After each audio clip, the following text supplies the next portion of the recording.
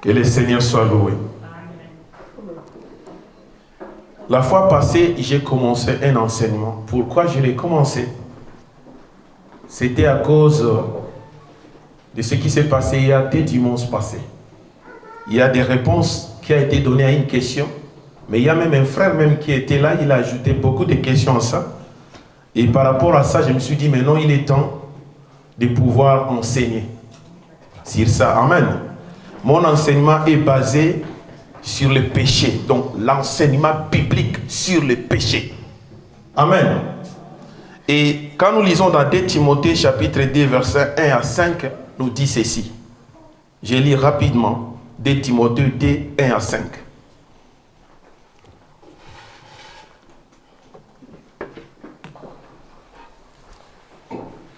De Timothée 2, 1 à 5 nous dit ceci. Que Dieu vous bénisse.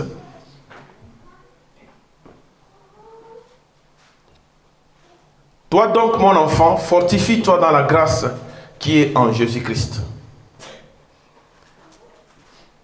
Et ce que tu as entendu de moi, en présence de beaucoup de témoins, confie-les à des hommes fidèles,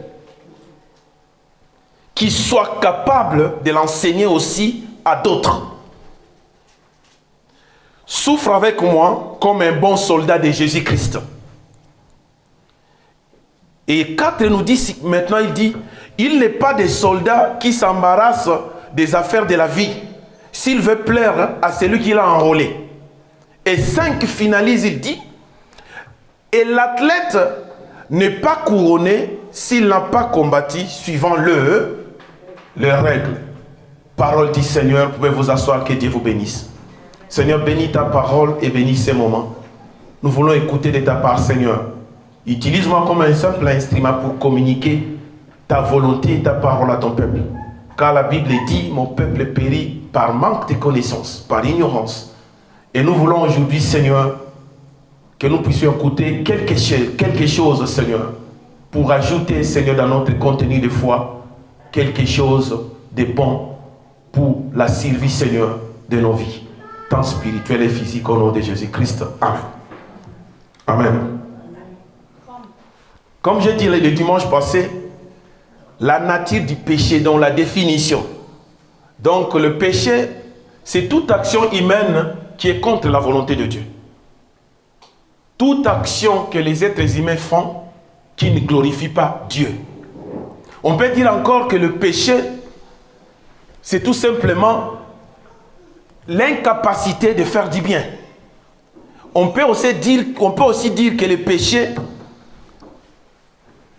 c'est l'échec de l'homme vis-à-vis de la volonté de Dieu. L'incapacité de l'homme à pouvoir respecter ce qui est la loi de Dieu ou la volonté de Dieu. Et vous allez voir que dans Romains chapitre 1 verset 18 nous dit, la colère de Dieu se révèle du ciel contre toute impiété et injustice. On peut aussi dire que toute injustice c'est un péché. Et toute impiété, le péché, on peut aussi l'appeler impiété. Amen. Amen. Et vous pouvez voir aussi dans 1 Jean chapitre 3 verset 4, on appelle le péché transgression. Transgression de quoi? De la loi. C'est pourquoi nous avons lu ici, dans notre verset qui nous dit vers la fin, vers le verset 5, que l'athlète n'est pas couronné s'il n'a pas joué selon les règles. Ça signifie que l'athlète ici dont il est question, on peut prendre l'athlète comme un joueur de foot, de basketball, et tous ces sports-là, toutes ces disciplines-là ont des principes et des règles. Tu peux aller marquer un but avec la main au foot, ça ne compte pas. Les gens peuvent crier « Waouh !» mais l'arbitre ne va pas compter ça parce que c'est contre les règles. La même chose, Dieu, quand il a créé l'univers, il a créé aussi des principes et des règles. Amen. Et nous avons parlé de 2 principes liés au péché. Les premiers principes que nous avons parlé le dimanche passé, nous avons dit que le péché a été créé. Amen. Et nous avons défini, nous avons aussi vu par rapport à la parole que Dieu n'a jamais créé le péché. Même si il y avait l'arbre de la connaissance du bien et du mal dans les jardins d'Éden. Amen. Parce que souvent les gens voient ça comme si Dieu a piégé les humains. Ça n'a rien à voir. Dieu, quand il a créé les chiens, il a créé des principes et des règles. Dans les jardins d'Éden, ils avaient seulement une loi. Ils pouvaient tout manger et tout toucher. Mais sauf l'arbre de la connaissance du bien et du mal leur était interdit. Et pourtant, tous les conforts étaient donnés à l'homme. Tous les conforts étaient donnés à l'homme, à Adam et Ève dans les jardins d'Éden. Mais une seule loi. Et Dieu leur avait aussi dit, les jours où vous mangerez les fruits de cet arbre, vous mourrez certainement. Il savait aussi déjà les conséquences de ce qui arriverait s'il désobéissait à cette loi. Donc Dieu n'a pas piégé l'humain. Et nous avons lu dans des versets la fois passée, j'ai dit, si vous regardez dans Genèse chapitre 1, les versets 4, les versets 10, les versets 12, les versets 18, les versets 21 et les versets 25, ça dit que tout ce que Dieu a créé, à chaque création à la fin, Dieu disait tout était bon. C'est seulement au verset 31, quand Dieu a tout créé, maintenant l'homme aussi Dieu a créé tout, Dieu dit que non, tout était très bon. Donc ça signifie que le péché dans les concepts n'est pas quelque chose de créé. Dieu n'a pas créé le péché. Dieu a créé un monde meilleur, très bon pour nous. Pour l'humain, pour Adam et Ève. Alors nous nous sommes dit encore, mais d'où est venu le péché? Nous avons dit, commençons d'abord par le ciel. Parce que le péché a commencé d'abord au ciel là. Et nous avons lu dans Ézéchiel chapitre 28, verset 13 à verset 15. Et nous avons aussi lu dans Ésaïe chapitre 14, verset 12 au verset 14. Nous avons dit, ce qui a amené le péché au ciel, c'est l'insatisfaction de Satan, qui était un ange, qui était Lucifer, qui n'était pas n'importe quel ange, mais qui était un ange supérieur aux autres, à qui Dieu avait tout donné, la beauté, la grandeur. La Bible dit même que la louange, dont les instruments de musique ont été déjà mis au point le jour de sa naissance. Donc c'est quelqu'un à qui Dieu a élevé en grandeur, que Dieu a élevé. Il était honorable, Lucifer.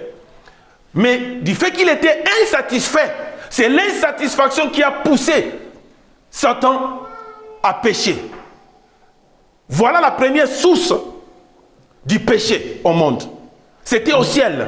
C'était à cause de l'insatisfaction. Mais maintenant, dans les jardins d'Adam, Adam et Ève n'étaient pas insatisfaits. Faux. Adam et Ève étaient très bien à l'aise dans les jardins d'Adam. Mais qu'est-ce qui s'est passé? Il y a eu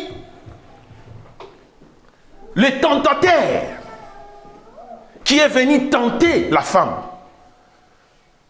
Et ce qui a poussé maintenant le péché, ce qui a fait naître le péché dans les jardins d'Éden, c'est la curiosité de la femme. C'est la femme qui est tombée dans la séduction. C'est la curiosité. Et l'homme, dans son impartialité, l'homme aussi est tombé parce que la femme lui a donné. Et là, ils ont désobéi à la loi. Amen. C'est ça qui a entraîné le péché. Et j'ai lu même un verset qui même dit haut et fort que le péché n'était pas créé par Dieu.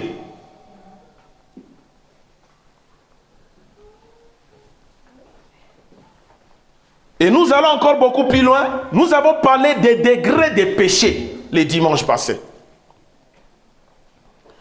Et nous savons tous que tous les péchés sont égaux. Et nous pouvons aussi poser une question, est-ce que tous les péchés sont égaux? En ce qui concerne le degré des péchés. Amen. Et quand nous lisons dans Jacques chapitre 2 verset 10 qui nous dit, car quiconque observe la loi, mais pêche contre un seul commandement devient coupable de tous. Et quand vous lisez ces versets, ça nous amène à dire que non, tous les péchés sont égaux. C'est une erreur de conception. Amen. Pourquoi une erreur de conception? Nous avons lu dans Jean, chapitre 19, verset 5 au verset 15. C'est pourquoi j'ai dit aux enfants de Dieu, quand tu lis un verset qui parle d'un concept, pour que tu sois sûr, il y a ce qu'on appelle la concordance biblique. Cherche à voir d'autres versets qui vont dans la même direction. Qu'est-ce que ça dit? Sinon, tu risques de commettre une erreur. Amen. Jean 19, 5 à 15 nous dit ceci. Jésus sortit portant la couronne d'épines et les manteaux de pourpre. Et Pilate leur dit, voici l'homme. Lorsque les principaux sacrificateurs et les huissiers le vinrent, ils s'écrièrent, crucifie-le, crucifie-le. Pilate leur dit, prenez-le vous-même et crucifiez-le, car moi, je ne trouve point de crime en lui. Les Juifs lui répondirent, nous avons une loi. Et selon notre loi, il doit mourir.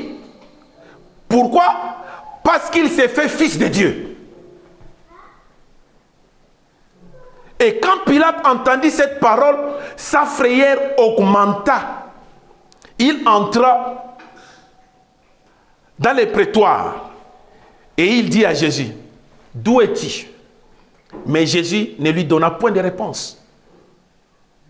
Pilate lui dit, et c'est à moi que tu parles, tu ne parles pas? Ne sais-tu pas que j'ai le pouvoir de te crucifier et que j'ai le pouvoir de te relâcher? Jésus répondit, c'est là où maintenant Jésus répond. Jésus répondit, tu n'auras sur moi aucun pouvoir.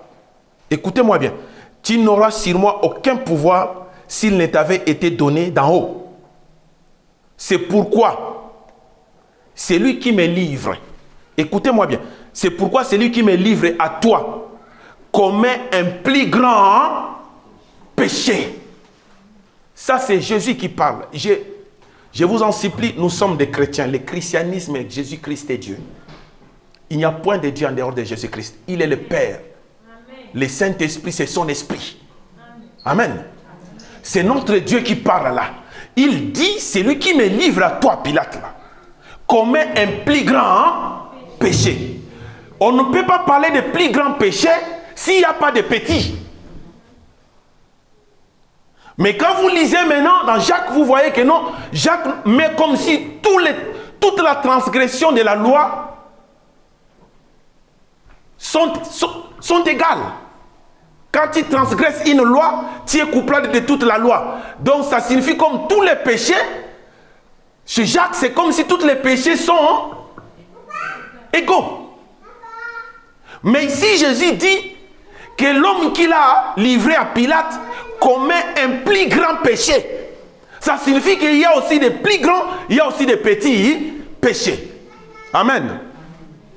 En degré de châtiment, il y a aussi des plus grands et des petits. Bon, maintenant, aujourd'hui, je vais continuer pour dire les bases pour déterminer les degrés de châtiment. Parce que tout péché n'a pas le même châtiment. S'il y a des plus grands, ça signifie les châtiments est plus grand dans des grands péchés. Et il y a aussi des petits châtiments dans des petits péchés. Comment? Je vais lire un verset. Ce verset que je vais lire est très important. Matthieu chapitre 10, verset 14 à 15 nous dit ceci. Ça, je suis en train de vous montrer des preuves qui déterminent les degrés de châtiment des péchés. Donc, s'il y a des différents degrés de péché, ça signifie aussi des différents degrés de châtiment. Amen. Là, je vous donne maintenant des preuves bibliques qui montrent comment les bases sont posées pour déterminer les châtiments par catégorie de péché. Matthieu chapitre 10, verset 14 à 15, on dit ceci. Lorsqu'on ne vous recevra pas et qu'on n'écoutera pas vos paroles, c'est la même chose comme je suis en train de prêcher là. Moi, je prêche jamais mes propres mots. Je prêche tout ce qui est biblique. Et tout ce qui est dans la saine doctrine. Lorsqu'on ne vous recevra pas, ou qu'on n'écoutera pas vos paroles, sortez de cette maison ou de cette ville et secouez la poussière de vos pieds. Je vous le dis en vérité, au jour du jugement, le pays de Sodome et Gomorrhe sera traité moins rigoureuse que cette ville-là. Amen. Nous savons le sort de Sodome et Gomorrhe. Mais la Bible dit ici, les jours du jugement, la personne qui ne reçoit pas, qui n'écoute pas non plus la parole de Dieu, qui croit que non, tout ce qu'on prêche là, ce sont des aventures, qui endurcissent leur cœur, continuez comme ça, mourrez dans cet état.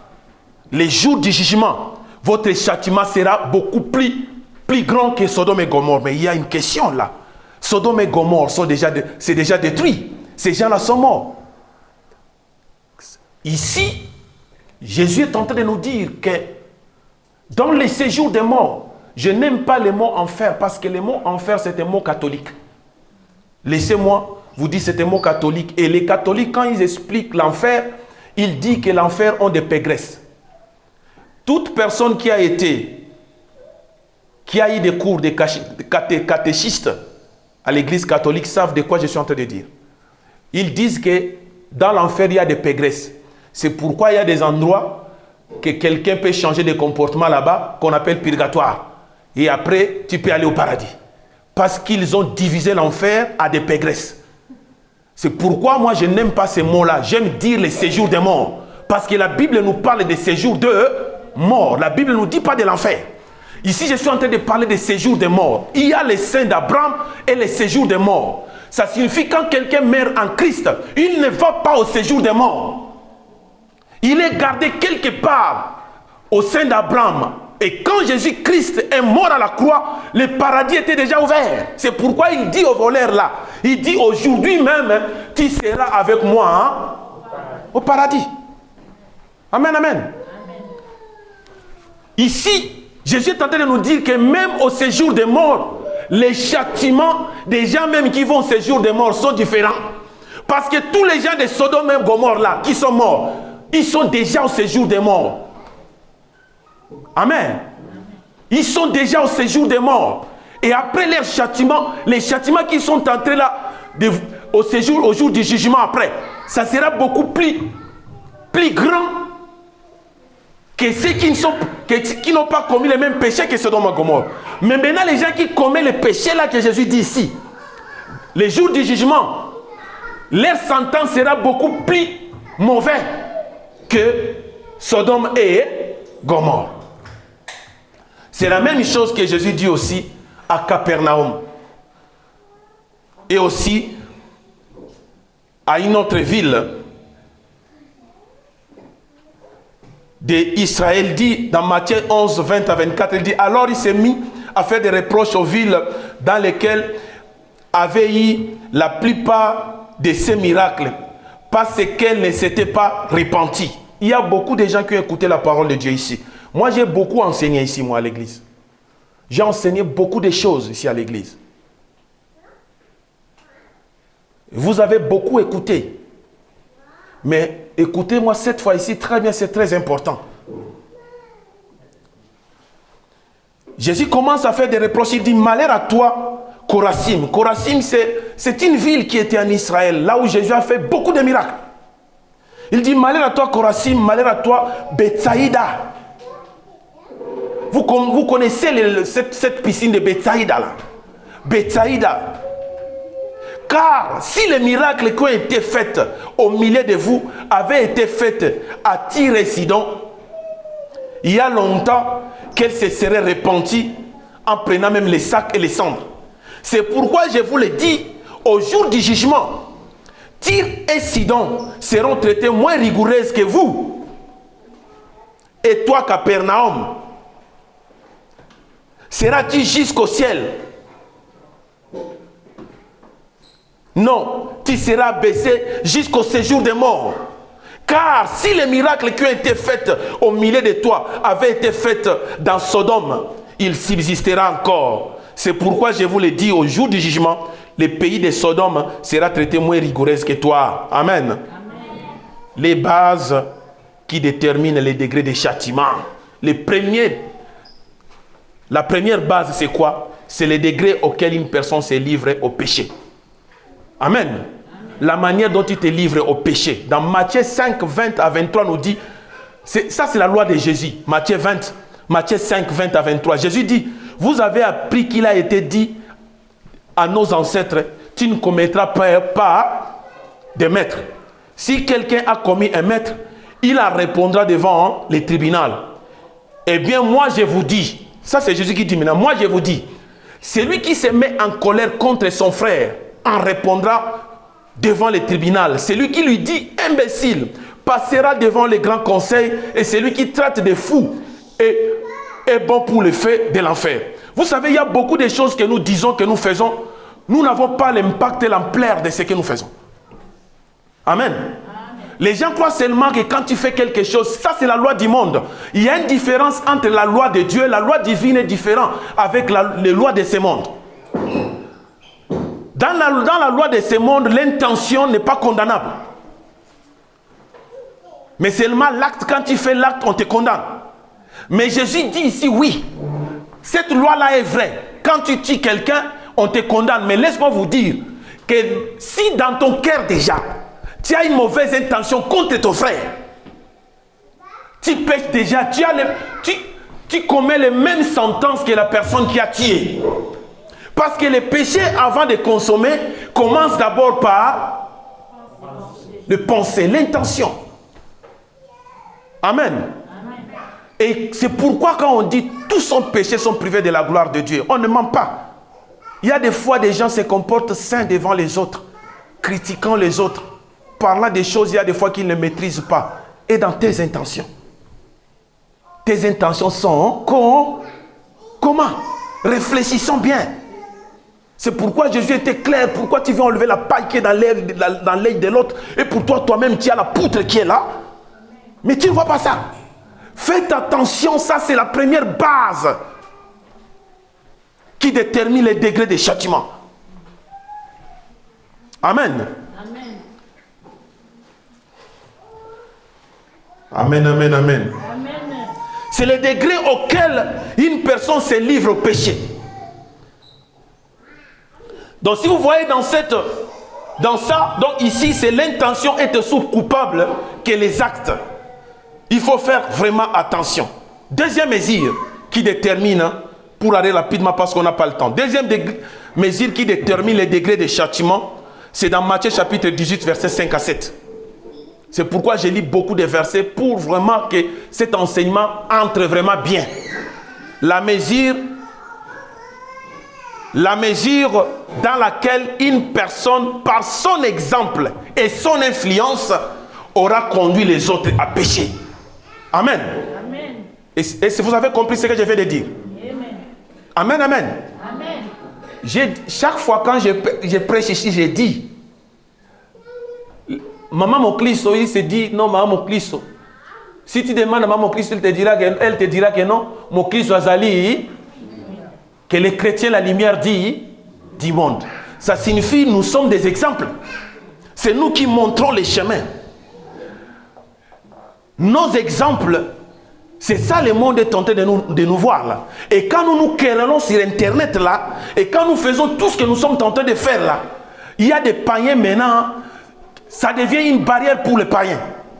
C'est pourquoi ici, dans cette mesure là, c'est ton influence, ton exemple, ton influence à conduire les autres à pécher, déterminera aussi les degrés du châtiment de ton péché. Amen. C'est pourquoi je dis aux gens, quand on vient en Christ, on vient seul. Amen. Amen. Même si on est amis d'enfance, l'amitié qu'on a, faisons tout ce que nous pouvons faire avec notre amitié. Mais dans les choses de Dieu, mettons notre amitié à côté. Parce que tu risques de faire chuter quelqu'un et le châtiment deviendra beaucoup plus grand sur toi. Amen, amen. Je vais aller rapidement. Troisième, c'est la mesure dans laquelle la lumière et les privilèges de connaître l'évangile aura été méprisé. Amen, amen. Amen. Je vais lire un verset. Luc chapitre 12, verset 42 au verset 48, pour que nous puissions bien comprendre. Amen. Luc 12, 42 à 48. Que Dieu vous bénisse, maman Lily, vous écrivez ça, c'est une très bonne chose, parce que les paroles s'envolent, mais les écrits restent. Luc 12, 42 à 48 nous dit ceci. Et le Seigneur dit, quel est donc l'économe fidèle et prudent que le maître établira sur ces gens pour leur donner la nourriture au temps convenable? La parole de Dieu que vous écoutez. Et dans 43, il dit, errez ses serviteurs que son maître à son arrivée trouvera faisant ainsi. Et 44, il dit, je vous dis, en vérité, il établira sur tous ses biens. Mais ses serviteurs, dit en lui-même, mon maître tarde à venir, et il se met à battre les serviteurs et les servants, à manger, à boire, à s'enivrer. Le maître de ses serviteurs viendra les jours et il ne s'attend pas, et à l'heure qu'il ne connaît pas, et il les mettra en pièces et lui donnera sa part avec les infidèles. Yoka maintenant, allons maintenant tout droit. Les serviteurs qui ayant connu, écoutez-moi bien, les serviteurs qui ayant connu la volonté de son maître, n'a rien préparé et n'a pas agi selon sa volonté, sera bâti d'un grand nombre de coups. Pourquoi? Parce qu'il a connu déjà d'avance la volonté de son maître. Maintenant, écoutez. Mais celui qui ne l'ayant pas connu a fait des choses dignes de châtiment, sera bâti de paix de coups. On demandera beaucoup à qui l'on a beaucoup donné, et on exigera davantage de celui à qui l'on a beaucoup confié. Ça, c'est cette loi-là qui prouve les degrés de châtiment. Vous êtes pressés à écouter la parole de Dieu. Ça, c'est très bien. Même par Internet, vous le faites tous les jours. Vous entendez. Ça signifie, vous recevez. Mais vous devez aussi agir en fonction de la parole que vous écoutez. Vous savez pourquoi? Parce que quand vous n'agissez pas, vous aurez beaucoup de coups que ceux qui n'ont pas écouté. C'est pourquoi les châtiments chez l'homme étaient beaucoup plus sévères que chez la femme. Et pourtant, la personne qui a introduit premièrement le péché dans les jardins d'Adam, c'est Ève. Amen. Amen. C'est Ève qui a introduit le péché. Mais Dieu a puni sévèrement le monde parce que la terre a été soumise dans toutes les difficultés que nous avons aujourd'hui à cause de l'homme. Pourquoi? Parce que l'homme a reçu la loi le premier. C'est à l'homme que Dieu a confié le commandement de ne pas manger les fruits de cet arbre-là. C'est à l'homme que Dieu a donné la mission de donner les noms aux animaux. L'homme a contribué à la création. Et quand la femme est venue, c'est l'homme qui a communiqué à la femme, écoute, toi tu viens d'arriver ici. Moi j'étais déjà créé avant toi. Écoute ce que Dieu a dit ici. Tu vois tout ça, on peut manger là, mais là on ne mange pas. La preuve en est que Ève, quand Satan lui a dit, est-ce que Dieu vous a dit c'était pas de ne pas manger les fruits qui sont au milieu de l'arbre qui est au milieu du jardin? L'arbre de la connaissance du bien et du mal n'était pas au milieu de l'arbre du jardin. Si c'était à l'homme, l'homme allait comprendre que ça ce sont des manigances parce que l'homme était le premier à recevoir la loi. Vous recevez la parole. Vous devez aussi en retour se conformer à cette loi. Même ceux qui ne reçoivent pas, tu peux me dire, mais mieux vaut que je ne reçois pas la parole, c'est mieux de ne pas écouter la parole parce que mon châtiment sera, tu auras toujours un châtiment. Amen. Amen. Et ceux qui écoutent et ceux qui n'écoutent pas auront un châtiment. Mais ce qui est vrai, ceux qui auront plus, il y a beaucoup de gens qui ont du talent pour l'œuvre de Dieu. On leur dit, on leur motive. Parce qu'ici, il n'y a personne qui peut vous empêcher de faire quoi que vous pouvez faire pour Dieu. Amen. Amen. Tout ce que vous pouvez faire pour Jésus-Christ, ici dans cette église, il n'y a personne qui va vous empêcher. Amen. Amen. Mais il y a des gens qui ont du talent mais qui restent passifs. Avec des raisons. Si tu leur demandes, non, moi j'aime l'ordre, moi j'aime ceci. Si tu aimes l'ordre, vas-y. Tu mettras de l'ordre. Amen. Parce que s'il n'y a pas de barrière, la Bible dit, là où le péché abonde, la grâce vient faire quoi? Surabonder. Toi, tu as en toi l'ordre.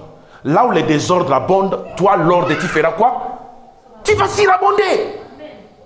Ça signifie, ça, ce n'est pas une raison qui t'empêche à ne pas œuvrer pour Dieu. C'est seulement toi-même, c'est un refus de ta part. Laisse-moi vous dire, ce refus-là est en train de te coûter trop cher. Il est temps de se repentir, bien-aimé.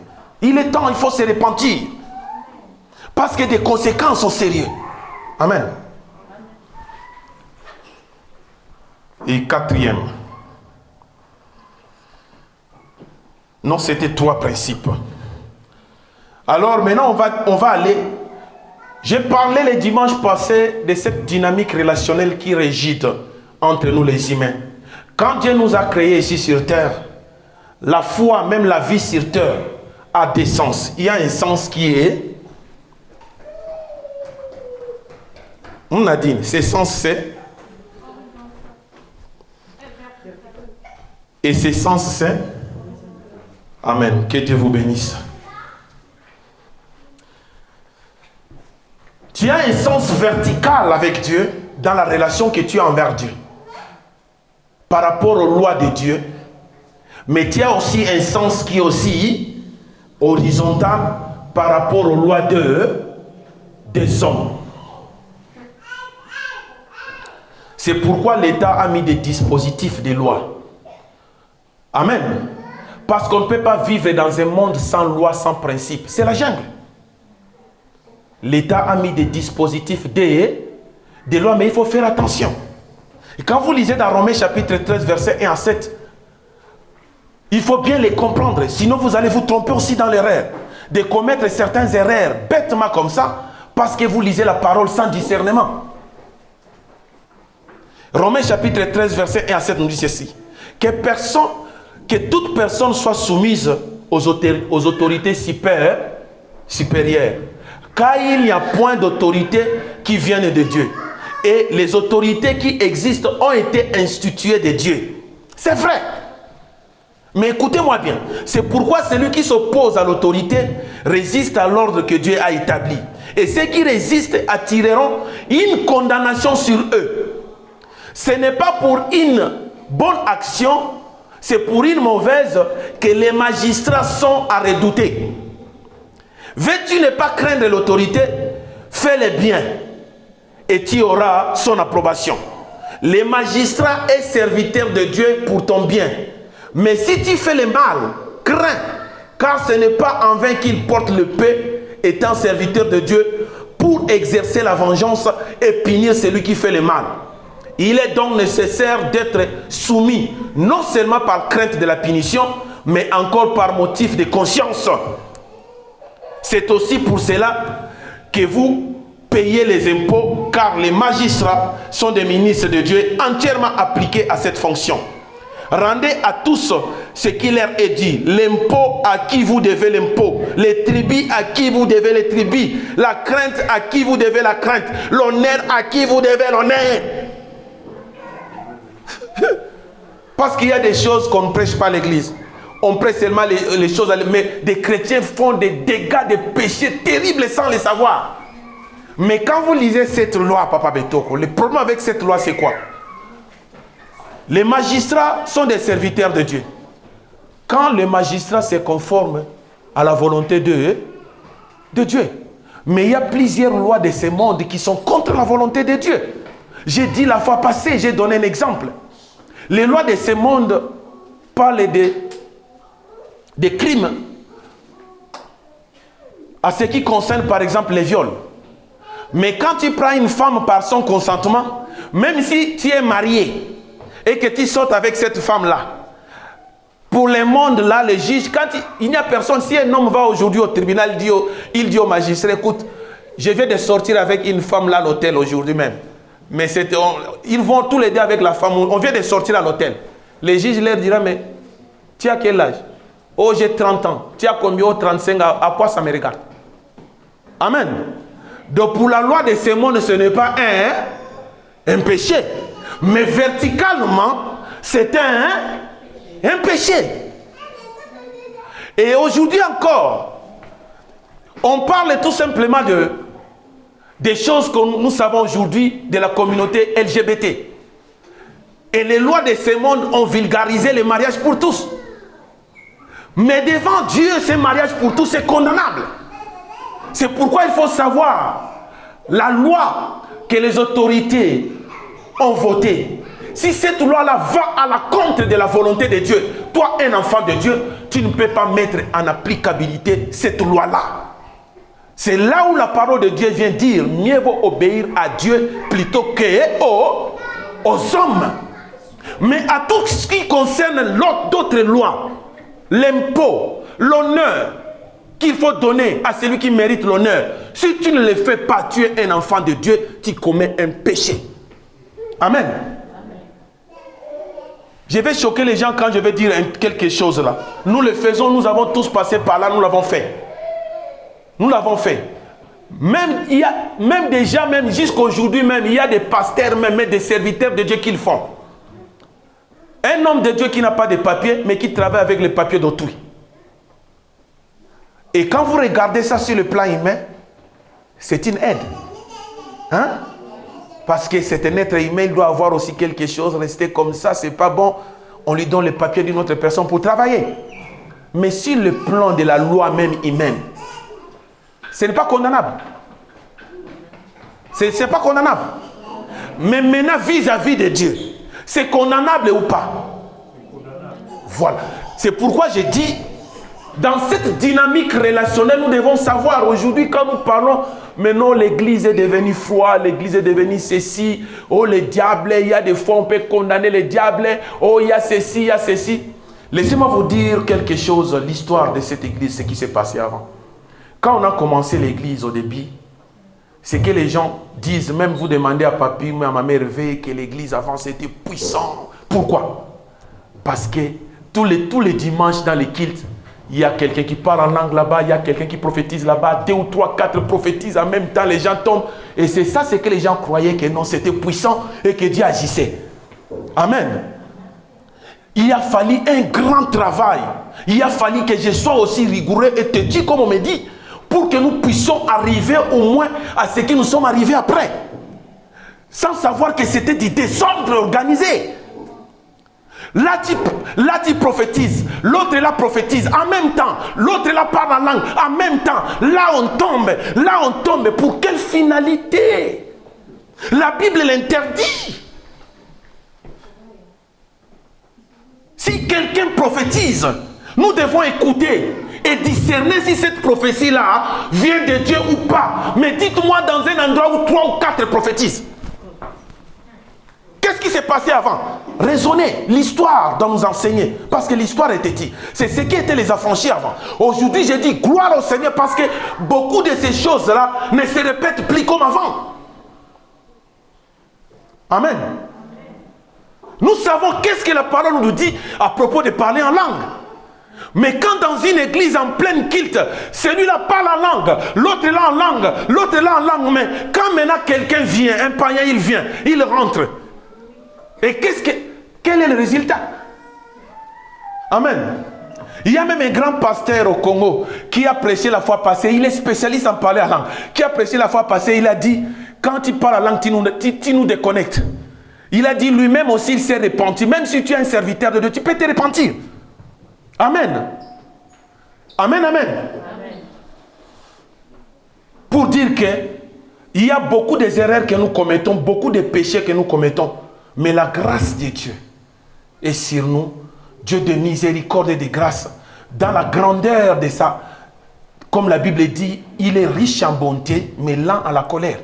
Dans la grandeur de cette bonté-là, et Dieu nous exhorte et Dieu nous parle tous les jours pour que nous puissions changer. J'ai dit la fois passée, les dimanches, il y a 3 dimanches passés, j'ai dit, quand Dieu te visite, c'est pour que tu quittes A vers B. Mais il ne faut pas s'arrêter là, B. Il faut aller A, B, C, D. C'est ça, grandir dans la foi. Amen. C'est pourquoi je disais, les temps ont mis des dispositifs. Cinquièmement, j'ai parlé au sein de l'église. J'ai dit, tous les péchés n'ont pas à être traités de la même manière. De la même manière. J'ai dit de Matthieu 18, 15 à 20. C'est un grand péché que nous les chrétiens nous commettons tous les jours. Chaque instant sans le savoir. Et surtout ici à l'église, nous le faisons beaucoup. J'ai lu ce Matthieu là, 18, 15 à 20. J'ai parlé de ça quand je prêchais sur la volonté de Dieu. Amen. Amen. Si ton frère a péché, va et reprends-le entre toi et lui seul. Amen. Amen. Je recommence. Matthieu 18, 15 à 20. Si ton frère a péché, va et reprends-le entre toi et lui seul. S'il ne t'écoute pas, s'il t'écoute, tu as gagné ton frère. Mais s'il ne t'écoute pas, prends avec toi une ou deux personnes. La Bible ne dit pas ici 3 personnes, 4 personnes, 5 personnes, 6 personnes. Une ou deux personnes. Donc ça signifie plus 3, vous arrivez à combien?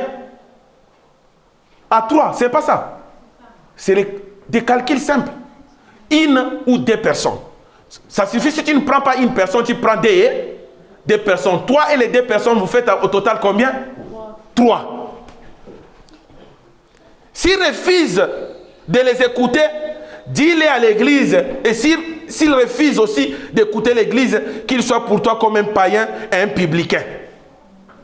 Bien aimé, ça c'est un péché que nous faisons. Il y a beaucoup de choses qui se passent, il y a des fois. Tu sais que ton frère est en train de mal faire les choses. Et toi, tu veux tout simplement exposer devant tout le monde. Et quand tu l'exposes devant tout le monde, tu gagnes quoi? Soyons sérieux. Tu pèches contre la parole de Dieu. Amen. Amen. Tu pèches. Faites attention, bien-aimé. La personne peut commettre une erreur ou un péché. C'est lui qui a péché. Mais ta façon... Amen, amen. Moi, je n'ai jamais fait les droits. Je me dis, mais si j'avais fait les droits, Papa Betoro, j'allais être un très bon avocat ou un bon juge là. Vous savez pourquoi? Je me suis beaucoup focalisé sur beaucoup de matières en droit. Il y a François Hollande qui a commis le même degré de situation que Sarkozy. Mais étonnant, François Hollande n'a pas écopé 5 ans de prison. Mais Sarkozy, il y a quelques jours passés, on vient de le condamner à 5 ans de prison ferme en premier degré. Maintenant, ils vont aller en deuxième degré. 5 ans ferme. Et il a fait une déclaration. Alors, j'ai voulu savoir le pourquoi. La même chose, ce qui s'est passé, ça s'est passé chez nous aussi au Congo, s'il y a des gens qui ont suivi le procès de Vital Kamerhe. Donc, ce qui a fait en sorte que François Hollande soit exempté de la condamnation du tribunal, c'est en deuxième degré, c'était par défaut de procédure. Amen. Amen. Ça signifie que la personne est coupable. Il a commis, oui, des crimes. Mais la procédure, la manière dont les choses se sont passées au tribunal, les tribunaux ont commis une erreur dans la procédure. J'ai dit bien dans la procédure. Ça n'a rien à voir avec l'acte commis par la personne. Mais dans la procédure, ça signifie au tribunal, il y a toute une organisation. Amen. Et dans cette organisation-là, si on dit que non, en premier lieu, il faut venir avec votre lettre de plainte, il faut déposer ça chez les greffiers. Mais vous à tel nombre de dates, en telle date, si vous ne le faites pas, même si c'est entré après, le tribunal commence à faire des choses, même si la personne est coupable, à la fin, si l'avocat de la personne coupable était au courant qu'il y a eu une erreur d'introduction de dossier de la part du tribunal, rien que cette erreur de procédure-là peut coûter tout le procès. C'est pourquoi vous voyez des assassins qui ont tué des gens, mais rien que par simple erreur de procédure, sont libres. Amen. Amen. Dans la justice du monde. La même chose avec chez nous au Congo. Kamerhe était coupable en premier degré.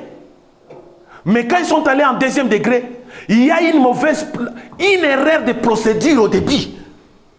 Parce que Cameroun n'était pas n'importe qui. Mais il y a une erreur de procédure. Et dans cette erreur de procédure-là, tous les jugements, les erreurs que Cameroun a fait est tombé à l'eau. Et il est blanchi libre. Amen. C'est ça ce que nous devons comprendre avec la loi de ce monde. Avec Jésus-Christ, c'est différent. Si le jugement de ce monde peut faire tomber tout un jugement à cause d'une erreur de procédure, avec Dieu, il n'y a pas d'erreur de procédure. Parce que Dieu, il voit tout. Amen. Amen. Ce que tu peux cacher aux hommes, Dieu, tu ne peux pas les cacher. Les erreurs de procédure sont souvent faites par l'intelligence maligne des avocats. Mais avec Dieu, tu ne peux pas te cacher. Cette erreur de procédure avec Dieu ne marche pas. Il est clair, Jésus-Christ, quand il dit, quand ton frère a péché, va vers lui, toi seul d'abord. Mais toi, quand ton frère commet une erreur, tu prends, mais non, moi je ne veux pas aller seul, moi je vais prendre quelques sages, je prends papa Beto, je prends papa Tonino. Pour toi, tu trouves ça bien pour toi. Mais chez Dieu, tu commets une erreur. Amen. Oh mon mari, c'est me conduit. Et tu appelles une de tes amies. Ou tu appelles telle personne. Vous n'avez pas parlé ensemble. Et vous venez, c'est une erreur de procédure, c'est un péché. Amen. Mais quand tu suis la procédure comme il est écrit, tu ne pêches pas. Nous avons commis ces erreurs, beaucoup d'entre nous. Amen. C'est pourquoi j'ai pris les délices de faire cet enseignement pour que nous puissions changer. Amen. Nous sommes une église, une association ou une famille. Dans une famille, c'est la même procédure. Là où 2 ou 3 sont réunis au nom du Seigneur Jésus-Christ, il est avec eux. Même dans la famille, Dieu est avec nous. C'est la même procédure. Ton fils a un problème, toi tu vas déjà commencer à appeler. Tu appelles ton grand frère, tu appelles ton petit frère, tu appelles ta mère, tu appelles ton père. Maman, mais ça ne va pas avec l'enfant ici, ça ne va pas ceci. Tu es en train de commettre un péché et tu ouvres une grande porte. Quand les choses vont s'empirer, tu vas chercher les diables. Il y a des fois, les diables se moquent de nous. Il dit, mais cette personne, je ne l'ai même pas tenté. Mais c'est lui-même qui se livre déjà à ça. Je vais voir où ça va aboutir. Là, ce n'est plus moi. Ce n'est plus moi qui s'en occupe. C'est Dieu lui-même qui s'en occupe. Parce que c'est Dieu leur a donné la loi. Et ils ouvrent eux-mêmes les portes. Dieu va s'en occuper eux-mêmes. Amen. Tu tombes. Amen. Amen, amen. Amen. Quel est le verset qui nous manque souvent? C'est 1 Timothée chapitre 5 verset 20. Hein, papa bientôt. Beaucoup de choses, c'est pourquoi tu vois un pasteur qui a un problème avec un autre pasteur, il va à la télé. À la télé, maintenant, tu exposes là devant des millions de personnes. C'est une erreur. Pourquoi quand tu écoutes ces gens-là, ils ont ces versets ici. 1 Timothée chapitre 5 verset 20 nous dit quoi? Ceux qui pêchent, reprends-le devant tous, afin que les autres aussi éprouvent de la crainte. Amen. Amen, amen. Amen. Il faut faire attention, je dis bien ceci, qu'un enfant de Dieu ou un homme de Dieu peut émettre ce qu'on appelle une jurisprudence qui n'est pas dans la loi de Dieu. Mais cette jurisprudence ne doit pas empiéter la volonté de Dieu. Jésus-Christ, lui, il est Dieu, il nous a montré le chemin à faire. Ça signifie avant d'arriver là, il faut parcourir d'abord la procédure de Jésus-Christ là, notre Dieu. Parle d'abord avec la personne. S'il n'entend pas, tu prends 1 ou 2 personnes. Vous arrivez 3 personnes. S'il ne vous écoute pas en toi, maintenant, va à l'église. Et s'il n'écoute pas l'église, là, vous les considérez comme un païen. La Bible ne dit pas ici, va les livrer à l'internet. Non, parce que l'internet, ce n'est pas l'église. C'est pourquoi tu vois l'église aujourd'hui est devenue faible, parce que tous nos problèmes des chrétiens à l'internet. Tous nos problèmes des chrétiens à l'internet. Quelqu'un qui est mécontent d'un serviteur à l'internet, il globalise les choses, il généralise les choses. Vous péchez et vous allez voir la colère de Dieu sur vous. Amen, amen. Est-ce qu'on comprend jusque-là? Parce que maintenant, on va entamer ce qui est beaucoup plus grave, le péché impardonnable. Je dis, il y a des degrés de péché. Il y a le premier degré de péché, tous les péchés qui sont pardonnables. Mais les péchés qui sont pardonnables aussi ont chacun des degrés de châtiment. Amen. Mais dans le deuxième degré maintenant, il y a des péchés qui sont impardonnables. Les péchés qui sont impardonnables sont situés, par exemple, les péchés contre le Saint-Esprit. Et il y a aussi d'autres péchés aussi qui sont pardonnables, qui sont impardonnables plutôt. Amen. 1 Corinthiens 11, 30 à 32 nous dit ceci. Et quand vous lisez ces versets, les gens les ignorent. Amen. Les gens les ignorent. Est-ce qu'on peut situer ces péchés, les péchés contre le Saint-Esprit, ou on peut situer ce péché tout simplement, c'est un péché qui est aussi impardonnable dans la même catégorie que les péchés contre le Saint-Esprit? Dans 1 Corinthiens chapitre 11,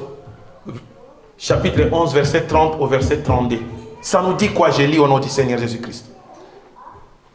C'est pour cela qu'il y a parmi vous beaucoup d'infirmes et de malades, et qu'un grand nombre sont morts. Si nous jugeons nous-mêmes, nous ne serons pas jugés. Mais quand nous sommes jugés, nous sommes châtiés par le Seigneur, afin que nous ne soyons pas condamnés avec le monde. Vous savez, ce péché, c'est quoi? Ce péché parle de la Sainte Seine au débit. Que tu ne peux pas venir manger la Sainte Seine dans un état conscient de péché. Il faut savoir pécher et vivre dans les péchés sont des choses différentes. Je l'ai dit la fois passée. Amen. Amen. Si vous lisez ces péchés au débit, on nous parle comment il faut aller manger la Sainte Seine. Et les gens ne comprennent pas. Nous ne sommes pas à l'époque de la loi, nous sommes à l'époque de la grâce. Il ne faut pas seulement entendre ici que le modérateur ou la modératrice dit « Nous allons demander pardon pour nos péchés » et là, tu commences à confesser ici. Ça aussi, c'est une erreur de la part des chrétiens. Nous ne sommes pas à l'époque de la loi. Tu es à l'époque de la grâce où toi-même, à n'importe quel endroit, quand tu commets un péché, que tu es un enfant de Dieu, tu ne seras pas tranquille. Ta conscience va toujours te dire que Guy, ce que tu viens de faire est mauvais. Et demande pardon au Seigneur. Parce que quand je peux pécher contre ma femme, ce n'est pas, je peux offenser ma femme, mais le péché que j'ai péché, ce n'est pas contre elle. Tu peux offenser quelqu'un, mais tu pêches contre Dieu. On ne pêche pas contre un humain. C'est contre Dieu qu'on pêche. C'est pourquoi je dis le péché est abstrait. C'est spirituel. Tu peux offenser quelqu'un, mais tu pêches contre Dieu. Demande pardon à Dieu et réconcilie-toi. C'est pourquoi la Bible dit, si cela dépend de vous, cherchez la paix. Je vais chercher la paix envers ma femme, je peux m'excuser envers ma femme. Pardonne-moi. Si je m'arrête là, ma femme me pardonne. Vous croyez que Dieu t'a pardonné? Et si vous comprenez ce que je suis en train de dire. Je pêche contre mon fils. Je dis à mon fils, pardonne-moi pour tout ce que je viens de te faire là. Mon fils dit, papa, il n'y a pas de problème. De toutes les façons, il dira parce que c'est mon fils. Papa, je te pardonne. Et dit, je crois que c'est fini.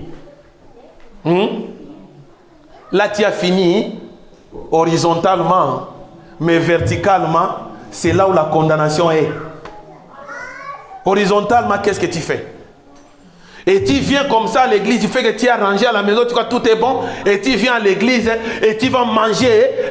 Tu viens à l'église, tu te retrouves aussi avec un modérateur qui est un peu spécial, qui amène les gens à l'adoration, et toi aussi tu te livres à l'adoration, à la louange, et à la fin il y a la Sainte Seine, tu veux manger la Sainte Seine sans confesser, sans rien.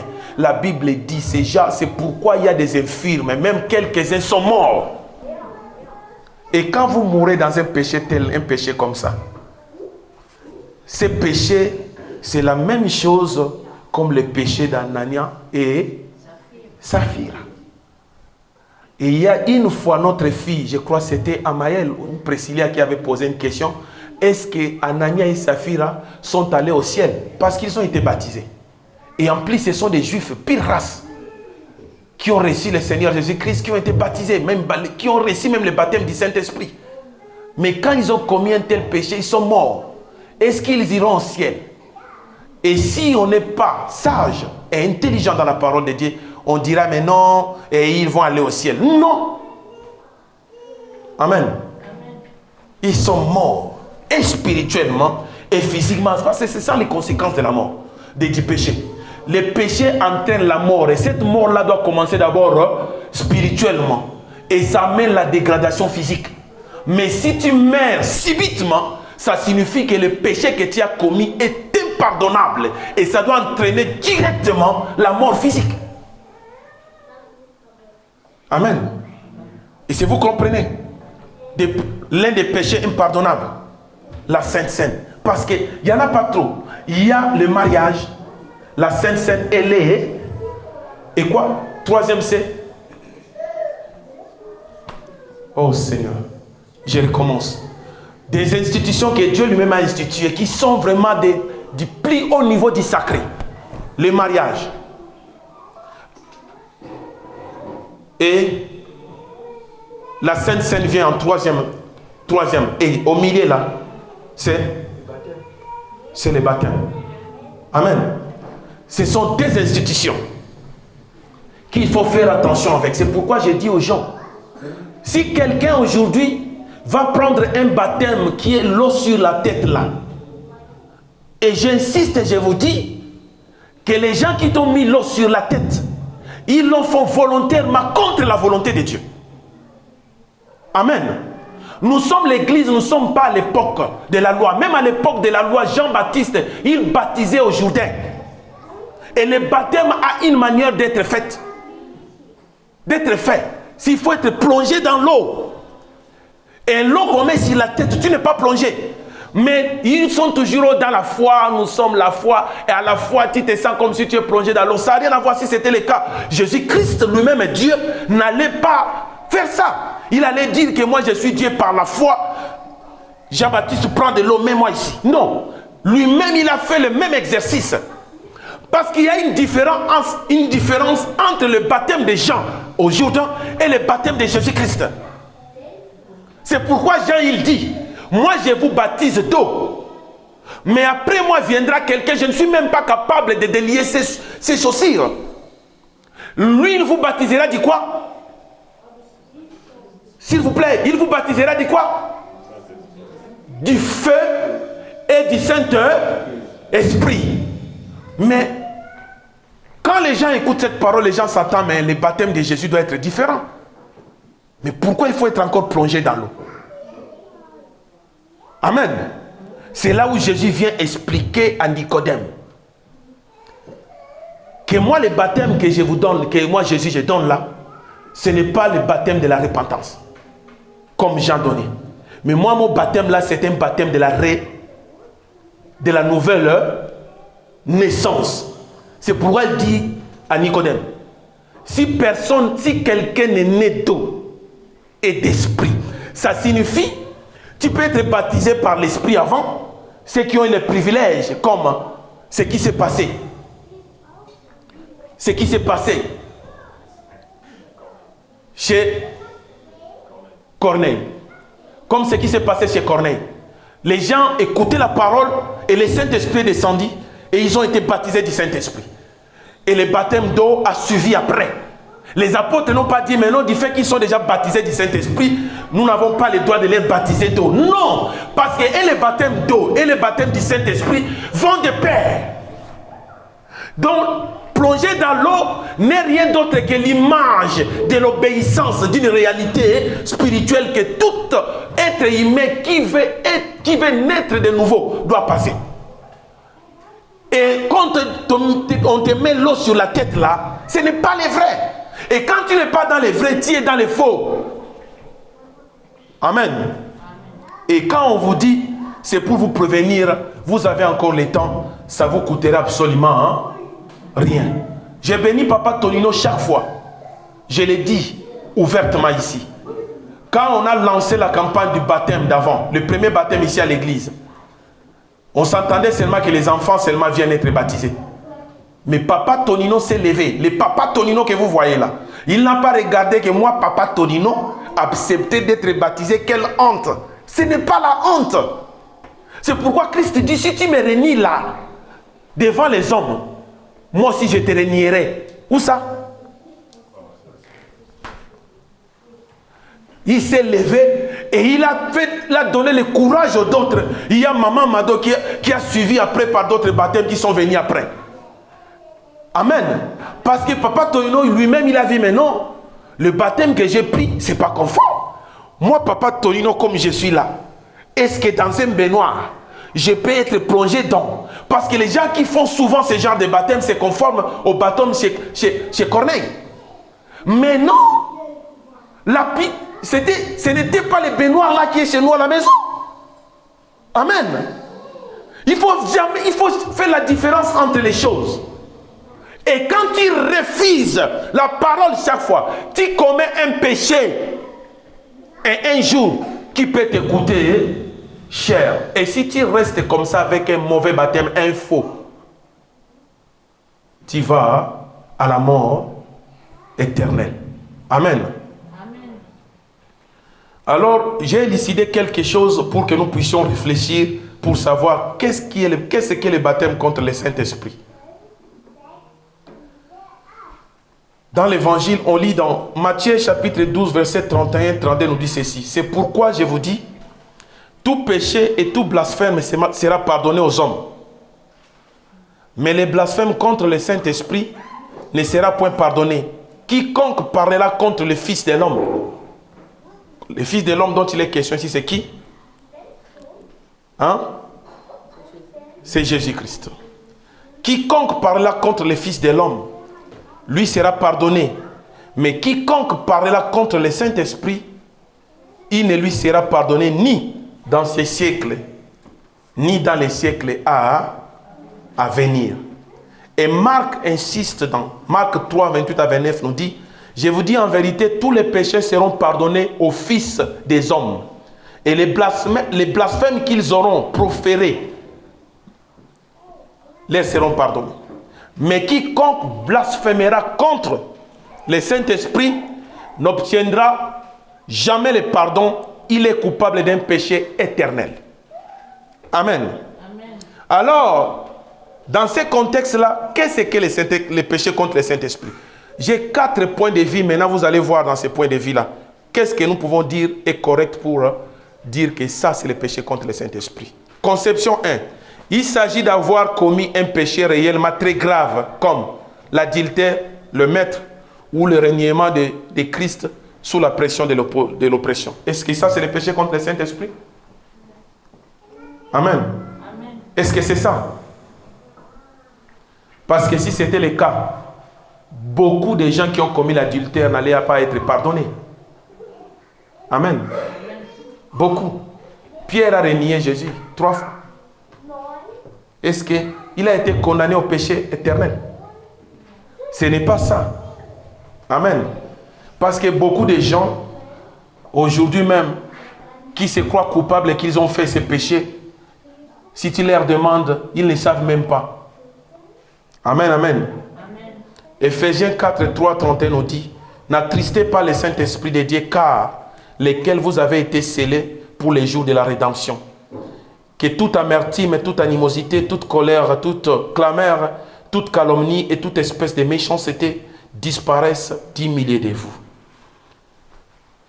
Attrister le Saint-Esprit. Ce n'est pas ça le péché impardonnable. Hein? Amen. Amen. Ce n'est pas ça. Oh ma sœur Zéna, quand quelqu'un attriste le Saint-Esprit, ce n'est pas ça un péché. Ce n'est pas un péché contre le Saint-Esprit. Et c'est ça le péché contre le Saint-Esprit. Hein? Non. Non. Combien de fois nous attristons le Saint-Esprit? Le problème, c'est que nous devons savoir le Saint-Esprit dont il est question ici habite en nous les jours où nous avons crié au Seigneur Jésus-Christ. L'Esprit Saint n'habite pas dans les tentes comme avant, qu'il y avait un endroit là où le Saint-Esprit habitait, les tabernacles. Non, maintenant le Saint-Esprit est là. Quand tu acceptes le Seigneur Jésus-Christ comme Seigneur et Sauveur, la Bible dit les arts du Saint-Esprit est en toi déjà. Donc c'est le Saint-Esprit. Hein, maman Bibi? Le Saint-Esprit vient habiter à toi là. Que personne ne te ment, même si tu pêches, le Saint-Esprit qui est en toi. C'est quand tu pêches que tu attristes le Saint-Esprit. Parce que tu es le temple du Saint-Esprit. Et combien de fois nous péchons par jour? C'est comme un enfant quand il commet une erreur. Les parents sont tristes. Parce que l'enfant ne fait pas ce que les parents veulent qu'il fasse. Ça rend les parents tristes. C'est la même chose, le Saint-Esprit est déjà en nous. Les jours où nous avons reçu le Seigneur Jésus-Christ comme Seigneur et Sauveur, il habite en nous. C'est pourquoi il dit, je serai avec vous jusqu'à la fin du temps. Mais à chaque fois quand nous péchons, nous l'attristons.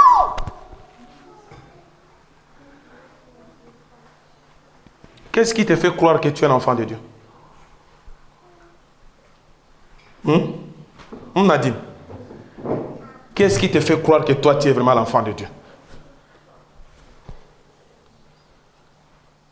C'est comme si tu es devant un païen, tu dis, moi je suis un chrétien, je suis un enfant de Dieu. Le païen te dit, mais dis-moi maintenant, qu'est-ce qui te fait croire que toi, tu es un enfant de Dieu? Donne-moi la preuve que toi, tu es un enfant de Dieu. Une question très compliquée, mais simple. C'est le Saint-Esprit qui est en moi et qui témoigne à moi que je suis un enfant de Dieu. Quand tu deviens en doute toi-même, ça ne signifie pas que tu n'es pas un enfant de Dieu, parce que le rôle de Satan là, c'est vient pour semer les doutes en nous. C'est pourquoi tu vois beaucoup de chrétiens, il y a des fois, on lui pose des questions comme ça, il commence, non, le Saint-Esprit témoigne en toi. Quand quelqu'un reçoit le Seigneur Jésus-Christ comme Seigneur et Sauveur, il a ce témoignage-là en lui, c'est personnel, ce n'est pas physique. Tu ne peux pas démontrer ça physiquement aux gens. La Bible dit seulement que non, on reconnaît l'arbre par ses fruits. Mais il faut d'abord être l'arbre pour porter des fruits. Et si tu n'es pas un arbre, on va reconnaître tes fruits comment? Alors on devient l'arbre quand on reçoit le Seigneur Jésus-Christ comme Seigneur et Sauveur. On est planté maintenant dans les jardins de Christ. Maintenant on grandit, les gens nous voient maintenant, oh l'arbre a grandi. C'est maintenant le temps maintenant de cueillir les fruits. Et par rapport à ces fruits, on connaît ça, c'est le manguier. Amen. C'est le Saint-Esprit qui est en toi, Nadine, qui témoigne dans ta conscience que tu es un enfant de Dieu. Quand maintenant tu commets un péché, c'est le même Saint-Esprit là qui est en toi, qui te met mal à l'aise. Parce que celui qui n'a pas le Saint-Esprit, s'il commet un péché, ça lui fait absolument, il s'en fout. Amen. Ce qui crée en toi la repentance, de venir auprès du Seigneur Jésus-Christ, c'est repentir, demander pardon. C'est le Saint-Esprit qui est en toi. Amen. Amen. Ce concept-là n'est pas vrai. Il s'agirait d'affirmer ce qui est faux au sujet de l'esprit. Une manifestation se passe. Et toi, tu dis que c'est faux. Ça, ce n'est pas le Saint-Esprit qui agit. Ça, c'est l'humain qui agit. Ça, c'est aussi péché contre le Saint-Esprit. Est-ce que c'est ça? Hein? Attribuer l'action du Saint-Esprit à l'humain. Tu vois la manifestation, non, ça ce n'est pas le Saint-Esprit, ça c'est faux ça. C'est ça péché contre le Saint-Esprit. Hein? Tu dis oui. Hein? Quand vous entendez ça, ça peut paraître que c'est ça. Mais je dis non, parce que la Bible dit qu'il faut sonder les esprits. Il ne faut pas tout accepter. Ce n'est pas moi qui le dis, c'est la Bible qui le dit. Qu'il faut sonder l'esprit pour savoir s'ils sont des dieux. Pourquoi la parole nous enseigne ça? Parce qu'il y a des démons, il y a des sorciers qui ont fait les mêmes actions que des serviteurs de Dieu, que des apôtres. Nous connaissons Simon le magicien. Simon le magicien faisait des cultes de la sorcellerie, mais les gens disaient, ça c'est la puissance de Dieu, la grande. Vous n'avez pas lu ça dans la parole. J'ai lu ça la fois passée, ces versets-là. Papa Beto. Les gens disaient, les gens étaient étonnés parce que Simon le magicien faisait. Il faisait des miracles. C'était la même chose. Il y a beaucoup de serviteurs de Dieu aujourd'hui qui sont des occultistes, qui font des choses occultes. Et les gens regardent. Il y a aussi des gens qui croient que cela vient de Dieu. Mais il y a aussi ceux qui ne croient pas, qui disent que non, cela ne vient pas de Dieu. Parce qu'il faut sonder les esprits. Il ne faut pas tout accepter comme ça. Tu risques de recevoir un Simon de magicien chez toi. Tu risques d'accepter les choses d'un sorcier chez toi. C'est là où tu vas commettre un péché. Il ne faut pas être comme ça. Non, non, non. Il ne faut pas être naïf, chrétien. Ne soyons pas naïfs. C'est pourquoi la Bible dit, l'être écrit aux sept églises. Il dit à cette église de Philadelphie, même, il dit, vous avez défié même les gens. Vous avez si qui étaient des faux et des mauvais apôtres. Comment? Ils ont fait aussi peut-être des miracles. Mais les chrétiens de cette église-là, même les chrétiens de Béret, ils ont défié ces gens-là par rapport aux Écritures, par rapport au Saint-Esprit qui habite en nous. Amen. Amen, amen, amen. Ces concepts-là, ce n'est pas ça le péché contre le Saint-Esprit. Il s'agissait d'attribuer à Satan des miracles accomplis par la puissance du Saint-Esprit. Ça peut être ça, non? Hein? Quand on entend ça, ça peut être ça. Attribuer à Satan les miracles qui sont au Saint-Esprit. Matthieu 7, 21, 23 nous dit, ceux qui me disent Seigneur, Seigneur, n'entreront pas tous dans le royaume de eux. Je répète. Maman Liliozo Komano, Matthieu chapitre 7, 21 à 23. Ceux qui me disent Seigneur, Seigneur, n'entreront pas tous dans le royaume des cieux. Mais c'est lui, là, celle qui fait la volonté de mon Père qui est dans les cieux. Plusieurs me diront en ces jours-là, Seigneur, n'avons-nous pas prophétisé par ton nom? N'avons-nous pas chassé les démons par ton nom? Et ouvertement, n'avons-nous pas fait des miracles en ton nom? Alors je leur dirai ouvertement, je ne vous ai jamais connu. Retirez-vous de moi, vous qui commettez l'iniquité. Je ne vous ai jamais connu. Si Dieu nous dit ça, ça signifie que des gens peuvent faire des miracles au nom de Jésus-Christ. Cela ne signifie pas que non, ces gens-là sont des serviteurs de Dieu. Et que ces miracles-là appartiennent à Jésus-Christ.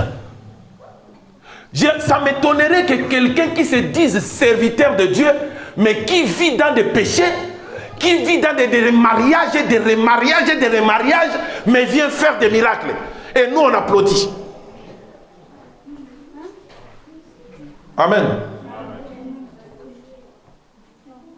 Donc on a dépassé largement le temps, on va s'arrêter là. On va s'arrêter là pour continuer après. Ça signifie, n'ajoutez pas foi à toute esprit. C'est ce que la Bible nous dit. N'ajoutez pas foi à tout esprit, mais il faut discerner chaque esprit pour savoir si cela vient de Dieu. Il faut discerner des miracles pour savoir si cela vient de Dieu. Je connais un pasteur qui prêchait bien la sainteté avant, qui ne faisait pas tomber des gens. Mais ces derniers temps, il est devenu spécialiste à faire tomber des gens. Et tiens-toi, tiens l'autre, pour démontrer la puissance de Dieu. Tiens l'autre. Ils sont maintenant, vous voyez, l'onction transmissible. Et tu touches quelqu'un, ils tombent tous. Pour quel final, hein? Pour quelle finalité? Nous ne venons pas ici pour faire le spectacle là devant. Non.